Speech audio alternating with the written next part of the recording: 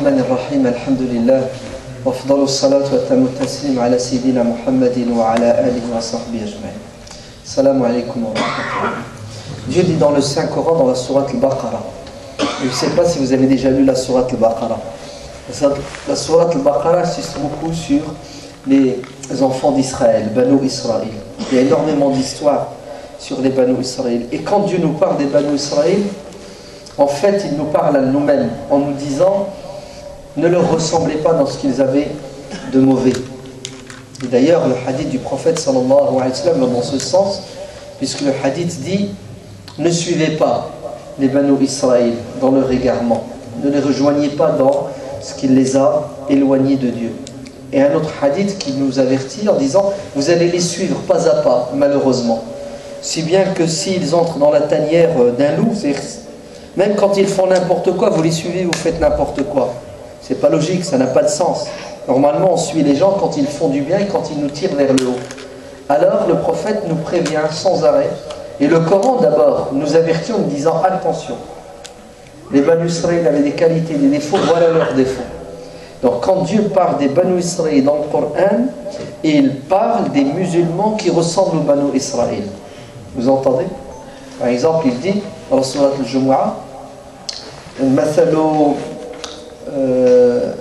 مثل الذين حملوا التوراة ثم لم يحملوها كمثل الحمار يحمل أسفارا.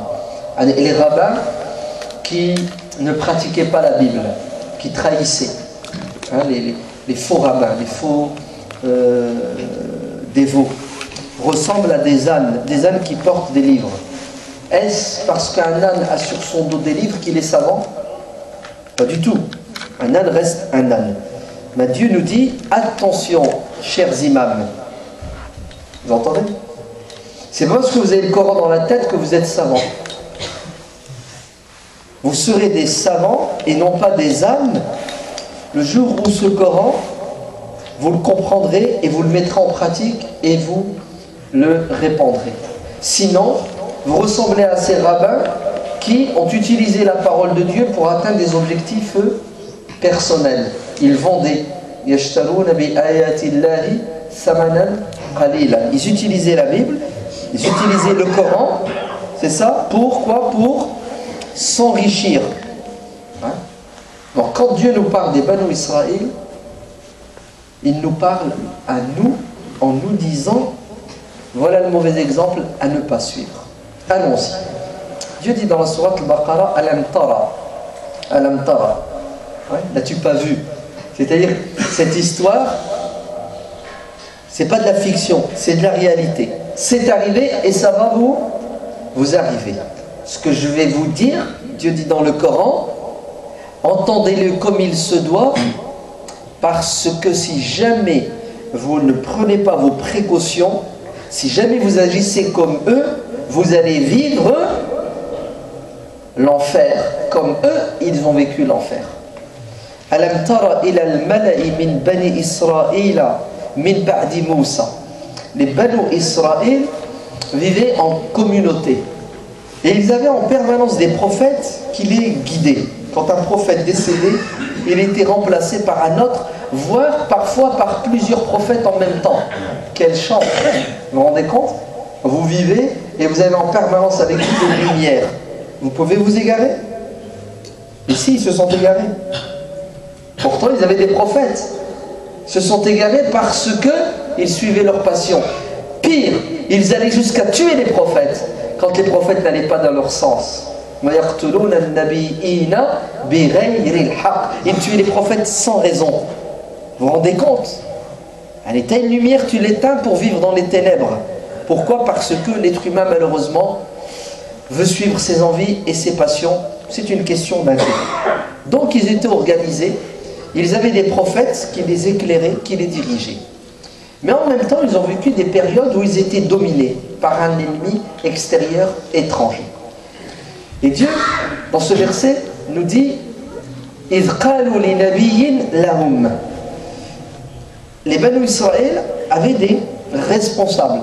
Toute communauté organisée a des chefs et des responsables. Sinon, c'est le chaos. On ne peut pas vivre sans chef, sans tête, n'est-ce pas?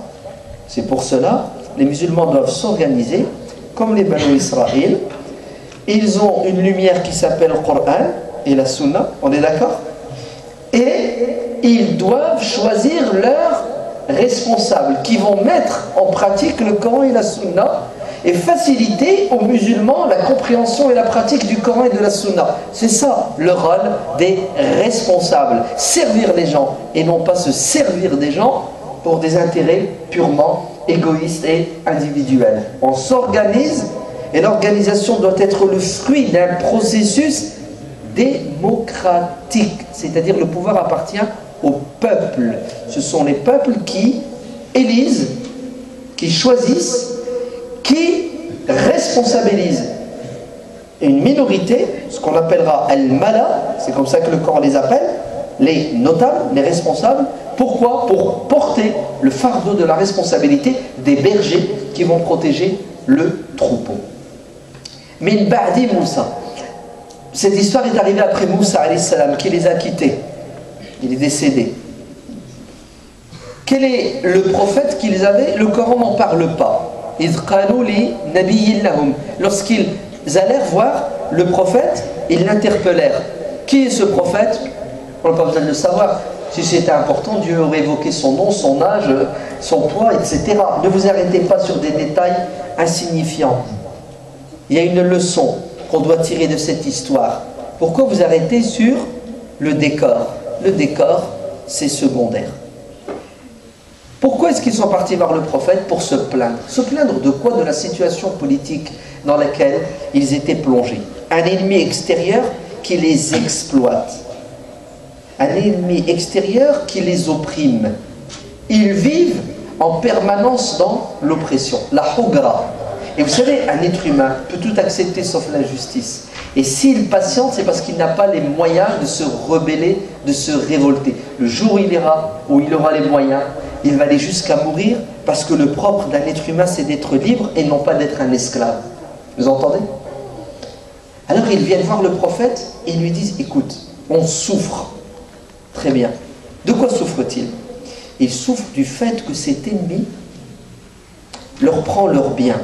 Tu t'imagines, tu bosses, tu travailles, et à la fin, il y a quelqu'un qui vient qui te prend 80% de ton salaire. Il te laisse juste de quoi survivre pour que tu puisses travailler une seconde fois pour qu'à niveau, il te prend ton salaire. La haine, tu vis dans la misère, dans la galère. Donc un ennemi puissant, fort, qui leur prend leurs biens matériels, ce dont ils ont besoin pour vivre. La récolte arrive, ils passent, ils leur prennent la majeure partie de leur récolte. Ils deviennent fous après des années de patience. Mais le pire, c'est pas qu'ils leur ont pris leurs biens matériels, c'est que l'ennemi est allé jusqu'à leur prendre leurs enfants.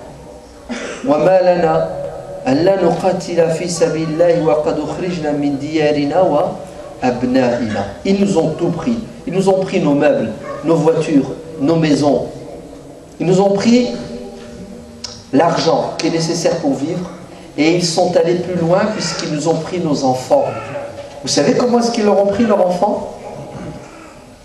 En les éduquant comme ils voulaient, en vidant leur enfant de toute dimension spirituelle. Si bien que les enfants des Banu Israël sont devenus des étrangers pour leurs parents. Vos enfants ne vous appartiennent pas. Ils appartiennent à qui? À quelqu'un d'autre, à une structure. Vous entendez? Je vais tout vous prendre, votre fric et vos gosses. Mais vous allez bosser, une fois que vous aurez pris votre fric, je vais vous le taxer, et vous allez faire des enfants, et vous allez bosser pour les entretenir physiquement. Par contre, leur cerveau, leur cœur, moi je m'en occupe. Je vais mettre dedans le programme que je veux, non pas pour qu'ils aillent dans votre sens, mais dans mon sens. Vous avez compris? Donc, ces gens viennent se plaindre d'une situation donnée. Ils disent à leur prophète, Ib'ath lana malikan nuqatil fi sabilillah. On veut réagir. C'est fini. La goutte d'eau est là. On veut se battre pour devenir libre. Le prophète leur dit, Hal asaytum min kutiba alaykum al-qitalu alla tuqatilu. Je crains que le moment venu où vous allez devoir affronter l'ennemi, vous allez fuir, vous allez déguerpir, vous allez déserter. Maintenant vous avez le Hamas, la fougue, vous en avez marre, vous voulez réagir. Mais moi je vous connais, bande de Banu Israël, chers musulmans. Ça va, je ne vais pas à chaque fois... vous comprenez, on parle de qui? Des Banu Israël ou là des Banu Muslimin? Nous parlons des Banu Muslimin ta'aliyam. C'est ça que le Coran nous dit. Je crains, moi en tant que prophète, que c'est juste une excitation et une réaction.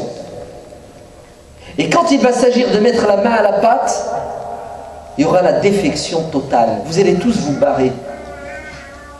Tout ce que vous savez faire, bande de Banu Israël, c'est pleurer sur votre sort.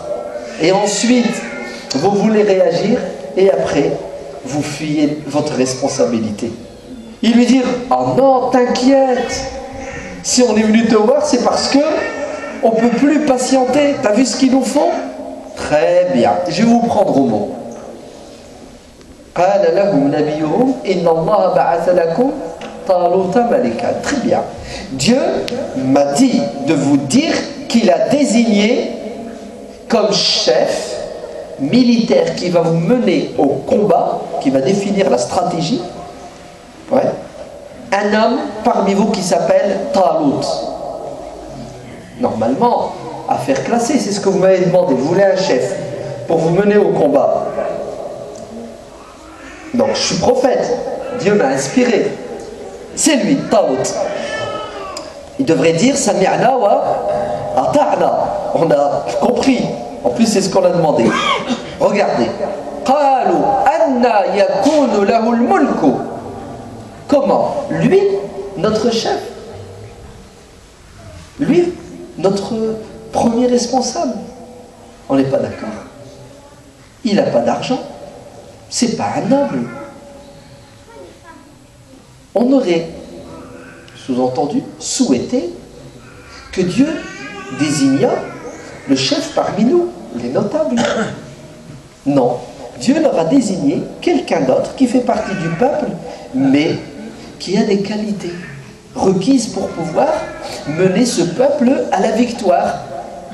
Dieu lui a donné la force physique, c'est le champ de bataille, hein, d'accord? Il faut de la résistance, il faut de la corpulence, et il lui a donné l'intelligence. Normalement, le chef doit être quelqu'un qui a des qualités pour pouvoir assumer sa responsabilité. Attention quand vous donnez votre voix, ne donnez pas votre voix à n'importe qui. Si vous donnez votre voix à n'importe qui, le n'importe quoi qu'il fera, c'est vous qui allez endosser la responsabilité devant Dieu et sur terre devant les êtres humains. Donc ces gens-là, en fait, ne veulent pas la solution. Car quand la solution est venue de Dieu et qu'elle n'allait pas dans leur sens, qu'elle ne leur plaisait pas, et ils se sont rebellés. Ils ont dit on n'est pas d'accord avec le choix divin. On ne veut pas de Talut comme chef. Attendez, pourquoi vous êtes venus? Pourquoi est-ce que vous m'avez pris la tête et vous m'avez demandé de vous choisir un chef? Et je viens de vous dire que c'est Dieu qui le choisit. Vous n'allez quand même pas remettre en cause le choix de Dieu. Vous êtes culottés, bande de croyants. Vous avez vu comment étaient les Banu Israël? À la carte, la religion, quand ça leur plaît, quand ça les arrange. Alors il faut sortir l'artillerie maintenant, lourde, pour qu'ils acceptent Talut comme roi. Vous savez ce qu'il va leur dire le prophète? Il va dire, écoutez, la preuve que c'est la bonne personne, on dirait subhanallah que le choix de Dieu n'est pas suffisant. Le fait que Dieu ait dit que c'est Talut, c'est pas suffisant. Il faut leur ramener des preuves concrètes, matérielles, parce que ce sont des matérialistes. La preuve que c'est lui qui doit être votre chef, c'est que les anges vont vous ramener l'arche dans laquelle se trouvent les reliques de Moussa et de Haroun. Car les Banu Israël, jadis, quand ils allaient au combat contre l'ennemi, ils prenaient avec eux les restes. Vous savez, le bâton de Moussa, sa tunique, des reliques. Et quand ils avaient avec eux les reliques de Moussa et de Haroun, ils gagnaient la bataille. Hein, la présence spirituelle. Dieu est avec nous parce que nous avons ces reliques. C'est une preuve. Alors, le prophète leur dit, c'est bien Talut qui mérite d'être votre chef, parce que Dieu l'a désigné, mais bon, ça vous en avez rien à cirer. La preuve, c'est l'arche. L'arche que vous n'aurez même pas à porter. Ce sont les anges qui vont porter l'arche. Ouais. Et si vous avez l'arche, à coup sûr, vous allez gagner la bataille. Hein, vous avez déjà de l'expérience. Franchement, après tout ça, tu doutes encore? Après tout ça, tu hésites? Allez, tu as un prophète. Tu as Dieu qui parle et qui te dit c'est Talut. Tu as la preuve matérielle que tu vas gagner la bataille puisque tu as l'arche que les anges transportent. Normalement, tout le monde rentre chez soi, met son armure et on va au champ de bataille et on gagne la bataille. Non, vous savez ce qui va se passer? Écoutez bien. Talut fixe le jour, lundi à 10 h du matin, on y va. Regardez maintenant le résultat. La majorité refuse. La majorité de ceux qui sont venus pleurer sur leur sort et qui ont demandé des solutions et qui ont des preuves que les solutions vont aboutir, c'est-à-dire victoire garantie, vous savez ce qu'ils font? Ils désertent. Ils ne vont pas au champ de bataille. Le prophète avait raison, il les connaissait. Il leur avait dit j'ai l'impression que le jour J, quand il va s'agir de mettre la main à la pâte et que vous devrez aller au champ de bataille, vous allez tous fuir. Je vous connais. Tout ce que vous savez faire, c'est pleurer sur votre sort et vous attendez le Mahdi pour résoudre vos problèmes. Talut est contraint d'aller au champ de bataille avec une minorité. Et la majorité va devenir spectatrice. La majorité va regarder la minorité qui va aller faire astaghfirullah, le sale boulot. Ah oui, si vous ne voulez pas partir, apparemment, c'est que c'est un sale boulot. Et Talut s'en va avec une armée bien affaiblie, vous êtes bien d'accord? Et là, il va les éprouver. C'est un chef militaire.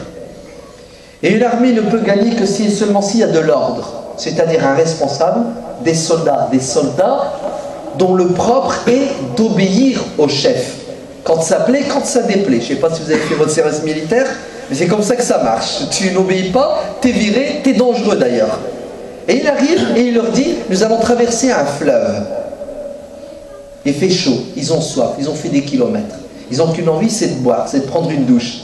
Et vous savez ce qu'il va leur dire? Vous n'avez pas le droit de plonger dans cette eau, ni de boire l'eau de ce fleuve. Sauf une poignée, un petit gobelet, pas plus. Celui qui boit plus que cela, je le renvoie chez lui. C'est-à-dire, je n'ai pas besoin de soldats qui ne m'obéissent pas. Si vous n'êtes pas capable de résister face à une épreuve qui s'appelle la soif, a fortiori, vous ne résisterez pas face à une épreuve qui s'appelle la mort.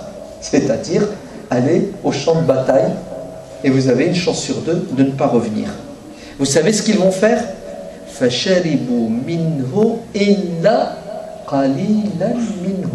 La majorité va désobéir au chef Talut et ils vont boire jusqu'à satiété l'eau du fleuve. Allah, c'est incroyable. On dirait que c'est intrinsèque à leur personne la désobéissance, la rébellion. Attendez, ils ont toutes les preuves que Dieu est avec eux et ils n'arrivent même pas à dire non à un verre d'eau. La majorité rentre, retourne. Talut continue son chemin. Vous avez vu que l'armée fond au soleil des passions et de la désobéissance. Et lorsque cette minorité de croyants convaincus, lorsqu'ils aperçoivent l'armée de Goliath, Jalout, l'ennemi, à votre avis, c'est la panique ou non? C'est bien sûr. Il y a de quoi paniquer. On n'est pas nombreux et ils sont hyper nombreux. Les véritables croyants qui vont jusqu'au bout de leurs convictions, vous savez ce qu'ils ont fait? Ils s'en sont remis à Dieu. Ils ont levé les mains au ciel et ils ont dit Rabbana, afrigh alayna sabran, wa thabbit aqdamana, wa ansurna ala al-qawmi al-kafirin. Seigneur, déverse sur nous des tonnes et des tonnes de patience. Parce qu'il en faut, hein, d'accord? Et affermis nos pas, renforce-nous, afin qu'on ne fuit pas, et donne-nous la victoire contre l'ennemi. Résultat, fahazamuhum bi'iznillah. La minorité convaincue l'emporta sur la majorité, imbue de sa personne. 314. Talut s'est retrouvé au champ de bataille face à un ennemi. Le Coran ne nous dit pas combien était le nombre de soldats de Goliath, Jalout. Comme ça, on peut tous imaginer. 1000, 10 000, 100 000, on ne sait pas. D'accord? وَكَمْ مِنْ فِئَةٍ قَلِيلَةٍ غَلَبَتْ فِئَةً كَثِيرَةً بِإِذْنِ اللَّهِ. Regardez comment Dieu les qualifie. Kathira, ils étaient nombreux. Par contre, Talut et les siens étaient très peu nombreux.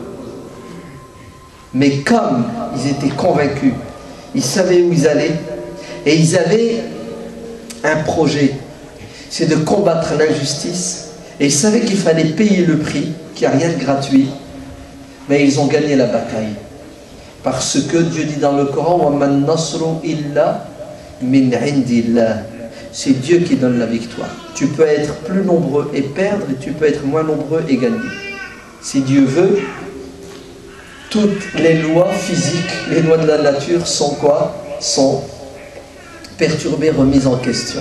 وَقَتَلَ دَاوُدَ جَالُوتَ. Dans l'armée de Goliath, dans l'armée de Talut, il y avait un jeune soldat qui s'appelait David, qui deviendra par la suite le prophète Daoud alayhi as-salam. Et l'histoire se termine comme ça.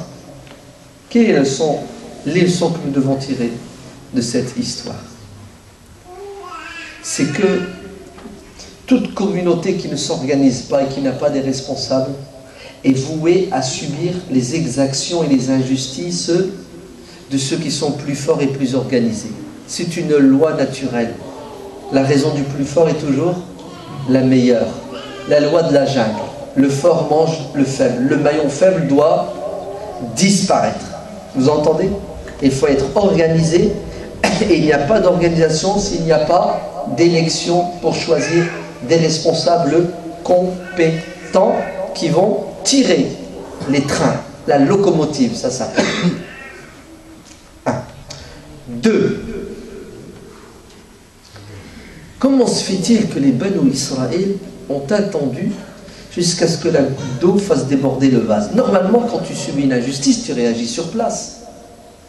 Ils sont venus se plaindre après avoir subi et ne plus pouvoir subir. Et ça, c'est catastrophique. Comment font les musulmans pour accepter la hogra pendant des mois et des années?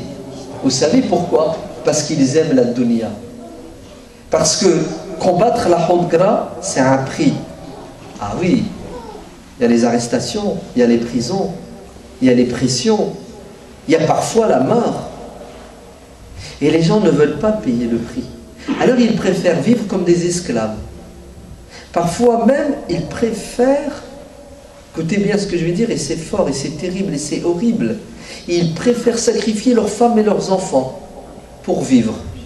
يَوَدُّ أَحَدُهُمْ لَوْ يُعَمَّرُ أَلْفَ سَنَةٍ. Vous vous rendez compte? Ils sont prêts à vivre 1000 ans à n'importe quel prix, peu importe la vie, même une vie d'esclave. Alors qu'un être humain normalement constitué ne peut vivre que libre dans la dignité. Il ne doit pas accepter de se soumettre au mal et à l'injustice. Il doit rester debout et se battre. Sinon, il va tout perdre. Comme les Banu Israël ont perdu. Yaqtuluna yastahyuna nisa'ahum wa yaqtuluna awladahum. Ils tuaient les garçons et laissaient les filles. Leurs femmes étaient des esclaves. Comment vous avez fait pour vivre des décennies dans cette situation? Parce que vous êtes des lâches, des peureux, vous ne voulez pas payer la facture. Et ça coûte cher, la facture coûte cher. Non, il faut tout de suite être solidaire, s'organiser et faire barrage à l'injustice. Sinon, la gangrène va tuer toute la communauté. Troisièmement, il ne faut jamais tomber dans la réaction. Une communauté intelligente et organisée, c'est une communauté qui agit à la lumière d'une stratégie claire, nette et définie. Ouais. Si on attend de se prendre des coups pour réagir, on a perdu la bataille. Parce que celui qui t'a donné un coup a déjà prévu ta réaction. Conclusion, le plan B. C, D, E, F, jusque Z. Toi, tu n'as aucun plan. Ouais. Tu réagis par la colère, par la haine, la souffrance. Donc tu es aveuglé, tu n'es plus dans l'intelligence. Et ça, c'est la mort certaine. Regardez en ce moment comment les musulmans sont hyper excités quant à des choses qui se passent dans notre société. Et ils te disent, ouais, on fait quoi? On va faire ceci, on va faire cela. Et vous allez voir, dans quelques mois, encéphalogramme plat, l'excitation passée, tout redeviendra normal et naturel. La pilule, on l'aura avalée, peut-être remodelée, ouais. Mais en tout cas, la pilule, elle passera. Pourquoi? Parce que justement, nous n'avons pas de stratégie. Ouais. On ne pense pas, on ne réfléchit pas à court, à moyen, à long terme. Ensuite, c'est une réalité, subhanallah. On dirait que dans toute communauté, c'est toujours une poignée, une minorité, ce qu'on appelle l'élite, qui assume la responsabilité à 100%, et la majorité de la communauté devient spectatrice. Elle regarde et elle attend les résultats. Ça passe, ils viennent ramasser le butin, ça casse, ah, c'est pas moi, c'est lui. Et ça s'appelle de la lâcheté. C'est pas juste, c'est pas normal. N'est-ce pas? Vous connaissez l'histoire de le fil et le fila? Non, ça vous dit rien? Bref, c'est une histoire. C'est un peuple qui subissait une injustice terrible. C'était des paysans, ils avaient un roi qui leur a imposé de prendre en charge son éléphant. D'accord? Et l'éléphant, bien entendu, il fallait le laisser libre d'action. Donc qu'est-ce que faisait l'éléphant? Il détruisait toutes les récoltes. Bref, il semait la panique et la zizanie dans le village. Et puis les villageois, le soir, ils se rencontrent et ils parlent et ils pleurent. Bref, à la fin, écoutez, on va aller se plaindre chez le roi et lui dire que le fil, l'éléphant, en arabe on dit fil, ouais, il prend la tête, il faudrait que tu nous débarrasses de cet éléphant, sinon on va le tuer. Donc ok, tout le monde est d'accord, tout le monde signe la pétition, c'est ça, tout le monde jure par tous les dieux qu'on va aller jusqu'au bout, on est des hommes, mais il faut bien un porte-parole, non, tout le monde ne va pas parler. Donc c'est qui le porte-parole? Il est où le hajj? Ok, donc ça sera lui le porte-parole. Donc ils arrivent le jour J, le roi les attend avec impatience, et puis vas-y. Et qu'est-ce que fait le porte-parole? Il commence à dire, Sa Majesté, vous savez, l'éléphant, et puis tout doucement, il met de la pommade, c'est le roi, il ne faut pas l'exciter, hein, on ne sait jamais, sa réaction peut être très violente. Et puis, il s'était mis d'accord avec eux qu'à un moment donné, tous en chœur, ils devaient dire, ouais, on en a marre du carnage de l'éléphant. Alors il dit, l'éléphant, et il attend que les autres crient à mort l'éléphant. Les problèmes, l'éléphant. Et où le refrain? L'éléphant. Et il se retourne et il voit tous les autres qui la veillent pleurer, ouais, sont silencieux. Et il réfléchit, dit punaise. Si jamais je dis ce que je pense et ce qu'il pense, et que le roi, je l'irrite, je suis mort. Il est traître là. Pourquoi il ne se mouille pas avec moi? Il m'envoie au casse-pipe. Et vous savez ce qu'il dit au roi? Il lui dit, vous savez, Sa Majesté, l'éléphant, il a besoin d'une femme. Ouais. La solitude, il lui faut son épouse. Et le roi va ramener un deuxième éléphant. Comme ça, ils vont subir 2 fois plus de Hogra. Et c'est ce qu'il méritent, parce qu'ils ont été lâches. C'est clair ou c'est pas clair? Vous voulez des exemples? Non. Non, vous en avez. Ouais. Vous êtes intelligent. Ouais. Allah yabarak fikum, je pense qu'on. En fait, l'histoire, on aurait pu la détailler un peu plus, mais les aiguilles de la montre sont sans pitié. Ouais. Le temps court, n'est-ce pas? À la vitesse de la lumière, même. Donc, je vais m'arrêter ici. Hein. Si vous avez des critiques, des remarques, marhaba bikoum, on est en France, liberté d'expression. Si vous n'en avez pas, tant mieux. Ça me permettra d'aller rejoindre les frères d'une autre mosquée. Fadda. Il y a un verset sur la Coran. Allah subhanahu wa ta'ala dit: Ya bani Israël, inni faddaltukum ala al-alamin.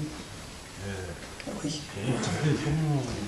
Le frère dit, il y a des versets dans la sourate Labash et d'autres qui disent que Dieu dit: ô enfants d'Israël, je vous ai préféré à toute l'humanité. Effectivement, les enfants d'Israël à leur époque étaient la communauté des croyants qui, aux yeux de Dieu, avaient bien entendu tous les honneurs. Ouais. Donc, faddaltukum ala al-alamin, je vous ai donné préférence sur toutes les créatures de l'époque, mais aujourd'hui, les Banu Israël n'ont plus cette préférence, puisqu'ils ont rompu le lien et le pacte qu'ils ont signé avec Dieu, puisqu'ils ont refusé de reconnaître les prophètes, Isa alayhi salam et Muhammad alayhi salam. Non, oui. Salam alaikum. Comme ça. Moi, je vais revenir à un problème qui est terre à terre. Je voudrais savoir, parce que avec ma petite cervelle, j'arrive pas à comprendre pourquoi toutes les mosquées de France sont touchées par cette zizanie. Je veux dire, Non. c'est quoi le problème? Je t'ai compris. D'abord, toutes les mosquées de France ne sont pas touchées. Certaines mosquées sont touchées par des tremblements. Ouais. Ce que tu appelles zizani, effectivement. Certaines mosquées, mais pas toutes, c'est pas vrai. Des mosquées, alhamdoulilah, où c'est l'encéphalogramme plat, tout va bien, tout se passe bien, parce que rien ne s'y fait pour certaines, donc il n'y a pas de raison à ce que ça bouge. Et d'autres, elles sont bien organisées, bien entretenues, il y a des activités, tout se passe bien. Maintenant, pourquoi est-ce qu'effectivement il y a des problèmes dans certaines mosquées? Pour plusieurs raisons. La première des raisons, c'est que dans toutes les mosquées, tu as des gens qui sont bien, qui sont très bien, puis tu as des gens qui sont moins bien, puis tu as des gens qui sont mauvais. Tu as même des diables. Oui. Hein, dans la communauté, on a de tout. Hein. Donc tu as toujours dans les mosquées 1, 2, 3, je ne sais pas, c'est des statistiques, on ne peut pas les faire, de gens qui sont dans la mosquée non pas pour Dieu, par amour pour Dieu, mais parce que, bon, avant ils étaient dans des cafés peut-être. Ils sont dans la mosquée avec une intention autre que celle que tu as au cas un musulman sincère. Et ces gens-là créent des problèmes, effectivement. Créent des problèmes avec leur langue. On le voit avec des gens qui restent assis à la mosquée pendant des heures et qui passent leur temps à quoi? À faire de la médisance, de la calomnie et du colportage. C'est le comble quand même. Ouais. À la mosquée où on doit adorer Dieu, où tu fais tes prières, entre chaque prière, tu fais des grands péchés pendant 2 heures. C'est terrible. Ouais. Donc, ils existent. Tu as des gens mauvais, des gens mal intentionnés. Tu as des gens qui ne sont pas mauvais, mais qui sont inconscients du mal qu'ils font avec leur langue. D'accord? Qui sont dans l'oisiveté. Et l'oisiveté est la mère de tous les vices. Celui qui fait rien, qu'est-ce qu'il fait? Il crée des problèmes. Parce qu'il observe ceux qui essaient de faire le bien et il regarde toujours la moitié du verre qui est vide. Ouais. Et il voit le cheveu qu'il y a dans la paille qu'il y a dans l'œil de son voisin, il oublie les poutres qu'il a dans ses yeux. Ensuite, tu as malheureusement dans pas mal de nos mosquées un cancer qui s'appelle le racisme. Le racisme, il existe. Le nationalisme, le tribalisme même. Ouais. Marocain, Algérien, Tunisien, ça peut être aussi d'autres communautés, mais surtout ces 3 communautés, puisqu'ils représentent la majorité des musulmans de France. Et même à l'intérieur d'une communauté, tu as encore berbère, non-berbère, arabe, bref, un cancer qui est à l'origine de division, qui est à l'origine carrément de l'explosion, l'implosion de certaines mosquées. C'est bien qu'on a des mosquées aujourd'hui en France, marocaines, algériennes. Il y a des mosquées, sur l'entrée, c'est écrit mosquée marocaine, mosquée algérienne. Avec des statuts où c'est écrit interdit d'adhérer à cette mosquée si tu n'es pas de telle ou telle nationalité. C'est une honte et c'est une catastrophe. D'accord? Quatrièmement, tu as aussi des mosquées qui sont dirigées par des gens qui sont incompétents. Celui qui est incompétent, automatiquement, il crée des problèmes puisqu'il est incompétent. Tu as des gens qui dirigent des mosquées qui sont bons, qui sont sincères, mais ils n'ont pas les qualités d'un dirigeant. Un dirigeant, il doit être intransigeant et puis il doit faire du travail comme il se doit. Ouais. Puis tu as parfois des mosquées qui sont dirigées par des escrocs, par des voleurs. Oui, ça existe. Ouais. Si bien que, écoute, comme sont les dirigeants, seront les dirigés ou le contraire. Et puis, tu as aussi, malheureusement, des mosquées où les gens n'ont pas été éduqués dans le débat, dans l'échange, dans l'esprit démocratique. Ouais. Là, quand on parle, on crie. Quand quelqu'un parle, on le coupe. Et si jamais il ne dit pas ce qu'on veut, on lui déclare la guerre. On n'a pas l'esprit de tolérance, l'esprit de quoi? De relativisme. Quand quelqu'un parle, il dit ce qu'il veut déjà, même si ça ne me plaît pas. Et d'ailleurs, Dieu ne l'a pas créé pour qu'il me plaise. Ok? Et je dois être capable d'entendre ce qu'il dit, de comprendre. Et puis, de lui répondre par rapport à ce qu'il dit, pas par rapport à ce que je pense qu'il devrait dire, etc. On est beaucoup dans les sous-entendus, on est beaucoup dans quoi? Dans des règlements de compte, on est beaucoup dans la réaction et non pas dans l'action intelligente. Ce débat démocratique qu'on ne sait pas mener mène automatiquement à la dispute. Regardez, dès que ça part dans la mosquée, il y a des gens qui interviennent et disent arrêtez, ça va être la fitna. Vous savez, tout de suite, le dialogue, on l'empêche, on l'interdit, parce qu'on a peur de quoi? De l'échange. À tort, on interdit le débat. Mais parfois, on entend que, oui, effectivement, les musulmans, tout de suite, ils démarrent au quart de tour et ne savent pas régler leurs problèmes de manière démocratique. Alors qu'il suffit de parler, chacun dit ce qu'il veut, et à la fin, écoutez, c'est tout simple. On peut ne pas être d'accord, on a le droit de ne pas être d'accord, et on ne sera jamais d'accord sur tout, et Dieu merci, sinon ça veut dire qu'on n'est pas intelligent, qu'on est des animaux, des moutons de Panurge. Et comment est-ce qu'on doit régler et comment est-ce qu'on doit sortir de la divergence? Avec le vote. La majorité a décidé, on suit la majorité. Point final. C'est comme ça que fonctionnent les pays développés. Les pays arriérés civilisés, ils règlent leurs problèmes avec les insultes, avec les coups de poing et avec les armes, et ils se tuent, ils se détruisent. Et dernier point, on ne respecte pas la loi. On est en France. Il y a une loi qui gère les associations, qui gère les mosquées. En majorité, la loi 1901, on ne respecte pas les statuts et les droits. Automatiquement, il y a des suspicions qui s'installent et après ça vire en fitna, comme on dit, en zizanie et en dispute. C'est une éducation. Il faut éduquer les gens. Il faut enseigner aux gens. Il faut leur apprendre comment penser, comment réfléchir et comment vivre ensemble dans la pluralité, dans la divergence et dans le respect des règles de la démocratie. Wallah. Que Dieu vous préserve et vous protège. Vous restez les meilleurs, walillahi alhamd. Continuez, hein, tenez bon, n'est-ce pas? Bon, on se reverra dans un mois. On prendra peut-être plus de temps, Inch'Allah. Comment? Demain. Oui, mais demain, il y a un séminaire. Demain. Ouais. Donc demain matin, il y a un séminaire.